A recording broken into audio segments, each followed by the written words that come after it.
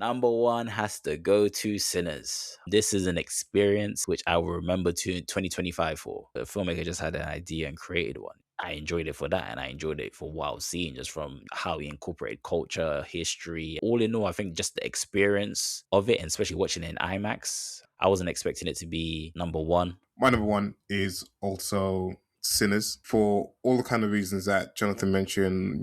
Daniel gave it praise as well. So I don't want to kind of like repeat too many stuff. But like you said with Caught Stealing, it kind of reaffirmed the whole idea of investing in your characters, investing in actually properly motivating them, properly giving them like character types and like traits and stuff like that. And in this type of movie where it's about like the vampires at the end of the day, you don't have to do these things. You don't have to like really like flesh out these characters. It was just like refreshing. Really, really well made movie. Big props to Michael B. Jordan and Ryan Coogler for delivering on this vision. Not much to add to that. I think it's just remarkable that it just exists and it gets to be its own thing. If any movie is above pulling punches or making compromises in its storytelling, like Sinners is it, because it just dares the audience to engage with it. And if you do, you get rewarded for it. Everything from the accents to its subject matter and how it portrays things, it very much does not meet the audience where they are. It dares the audience to come along on a journey with the movie. And then if you do, you get something good out of it. Like for all this talk of, oh, you have to dumb things down, otherwise audiences will reject it and all of that.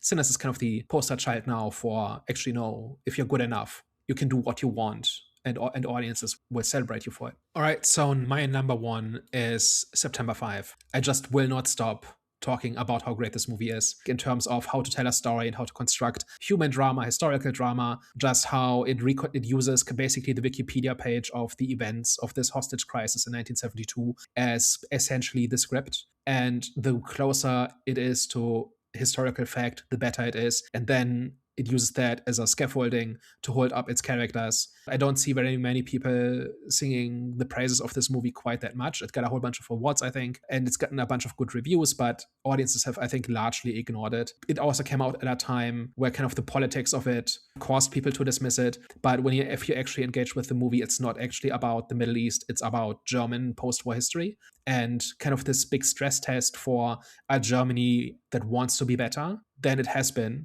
and is being challenged and is failing. And you have these people watching it from different perspectives and reacting to that and trying to deal with it in this high stress situation of, we are the first people to broadcast a hostage crisis ever. And the cultural context, the historical context, the human drama, it all comes together in a borderline perfect story. And I just cannot praise this movie enough. It's the pacing of it, the detail of it, the performances, like it all comes together in one of the most flawless viewing experiences I've had in a long time.